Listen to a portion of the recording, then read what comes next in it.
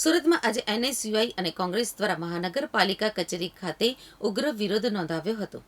ખાડીપુર ઘટના બાદ સુરત મહાનગરપાલિકાની પહેલી સામાન્ય સભા મળવા જઈ રહી છે, જેને લઈને આજે એનએસયુઆઈ અને કોંગ્રેસ દ્વારા મહાનગરપાલિકા કચેરી પાસે ઉગ્ર વિરોધ નોંધાવ્યો હતો. કાર્યકર્તાઓએ સત્તાધીશો ઢાંકણીમાં પાણી લઈને ડૂબી મરો જેવા નારા લગાવીને શાસક પક્ષની નીતિઓ ઉપર પ્રહારો કર્યા હતા. વિરોધ કરનારા કાર્યકર્તાઓએ એવો આરોપ મૂક્યો છે કે સુરતમાં ખાડીપુરના પાણીને તો રોકી શકતા નથી અને લોકો સિંધુ નદીનું પાણી રોકવાની વાતો કરે છે. વિરોધ દરમિયાન કોંગ્રેસ અને એનએસયુઆઈના ઘણા કાર્યકર્તાઓને પોલીસે અટકાયત કરી હતી. ફૈઝલ રંગૂનીએ કહ્યું હતું કે સુરતમાં ખાડીપુર જેવી સમસ્યાઓ યથાવત છે, નાગરિકો તકલીફમાં છે અને શાસક પક્ષ વિકાસના ખોખલા દાવાઓ કરે છે. આખું શહેર વરસાદમાં ડૂબે છે અને લોકો પેરિસ બનવાની વાતો કરે છે, એ વિડંબનાજનક વાત છે. મેહુલ રાકા, પ્રમુખ સુરત શહેર યુવા કોંગ્રેસ. શું કાર્યક્રમ રાખ્યો હતો? આજ રોજ સુરત મહાનગરપાલિકાની અંદર સામાન્ય સભાનો કાર્યક્રમ હતો.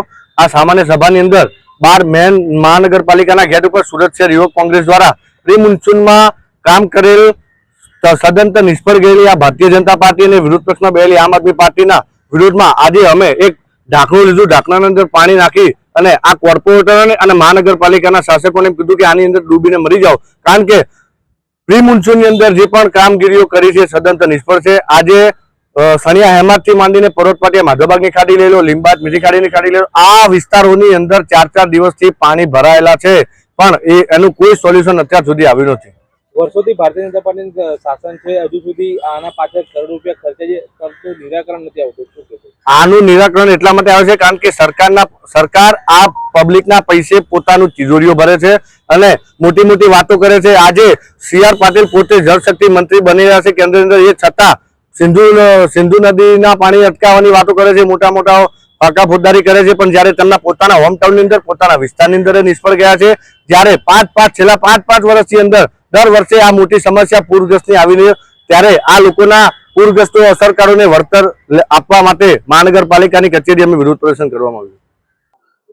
છેલ્લા ભાજપના 30-32 વર્ષના શાસનમાં માત્ર ને માત્ર આ ભારતીય જનતા પાર્ટીના શાસકોએ માત્ર ને માત્ર ભ્રષ્ટાચાર કરી રહ્યું છે અને 30 વર્ષથી આ પૂર પીડિતોને સુરતમાં આખું સુરત જે પૂરમાં પીડાઈ રહ્યું હતું ત્યારે માત્ર વાયદાઓ કર્યા છે અને ભ્રષ્ટાચાર કર્યું છે. એના વિરોધમાં આજે સુરત શહેર યુવક કોંગ્રેસ દ્વારા એસએમસી ના દરવાજા આજે સામાન્ય સભાના પહેલા વિરોધ કરવામાં આવ્યો અને પાણીના ઢાંકણમાં ડૂબી મરો એવી રીતે ઢાંકણ લઈને પાણી લઈને આજે આવ્યા હતા અને વિરોધ પ્રદર્શન કર્યું છે અને અમારું વિરોધ નોંધાયું.